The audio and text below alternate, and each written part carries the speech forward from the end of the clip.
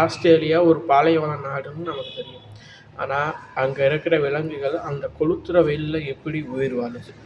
சில விலங்குகள் தோலால் தண்ணி குடிக்குது, சில விலங்குகள் வருஷ கணக்கில் தோணுது.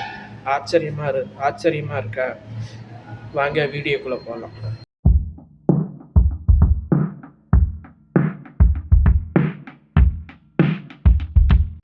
முதல்ல நம்ம கங்காரு. இது ஏன் எப்பவும் துள்ளிக்கிட்டே இருக்கு? நடக்கிறத துள்ளி குதிச்சு போகிறது தான் கங்காருக்கு ரொம்ப ஈஸியாக.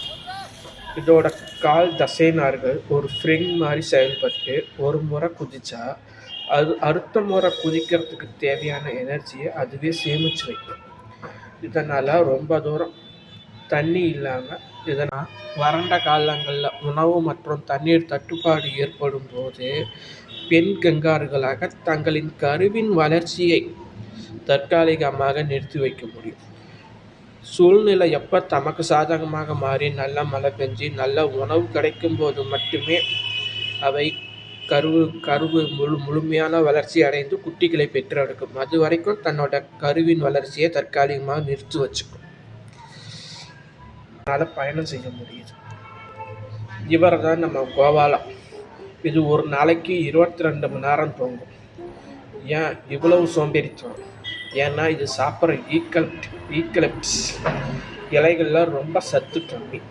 அந்த கொஞ்சோண்டு சத்தியை வீணாக்கக்கூடாதுன்னு அது எப்போவுமே தூங்கிக்கிட்டே இருக்கும். ஒரு நாளைக்கு 22 மணி நேரம் தூங்கும். அப்படின்னா தண்ணீர் குடிக்காததுன்னு அர்த்தம். அந்த இலைகளில் இருக்கிற ஈரப்பதமே இதுக்கு போதும்.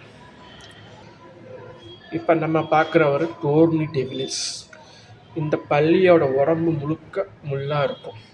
பாலைவனத்தில் தண்ணி கிடைக்கலைன்னா ஈரமான மணல் சும்மா நின்னா போதும். அந்த மணலில் போய் சும்மா நின்னா போதும். இதோட காலில் இருக்கிற ஈரப்பதம் தானாக அப்படியே தோல் வழியாக ஏறி வாய் வரைக்கும் போயிடும்.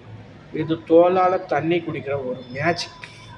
இதனால் இந்த பாலைவனத்தில் இது சர்வைவல் ஆகுது. கடைசியாக வொம்பாட். இதோட பின்னாடி பகுதி ரொம்ப ஸ்ட்ராங்காக இருக்கும். ஏன்னா நிலத்துக்கு அடியில் சுரங்கம் மாதிரி தோண்டி வாழும். ஏதாவது எதிரி வந்துட்டாங்கன்னு தெரிஞ்சிச்சுன்னா அந்த சுரங்க வாசலில் இதோட பின்பகுதியை வச்சு அடைச்சிடும்.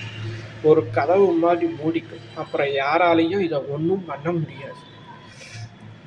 தண்ணீரே இல்லாத இடத்துல கூட இயற்கையின் அந்த விலங்குகள் எவ்வளோ சூப்பராக ஐடியாக்களை கொடுத்துருக்கு. சர்வைவல் ஆகிறதுக்காக இயற்கையே ஒரு தன்னைத்தானே தகவமைச்சிருக்கு. இந்த விலங்குகளுக்கு உங்களுக்கு எது பிடிச்சிருக்கு? உங்களுக்கு ரொம்ப பிடிச்ச விலங்கு இது? கமெண்ட் பண்ணுங்கள், லைக் பண்ணுங்கள், ஷேர் பண்ணுங்கள், சப்ஸ்கிரைப் பண்ணுங்கள். நன்றி, வணக்கம்.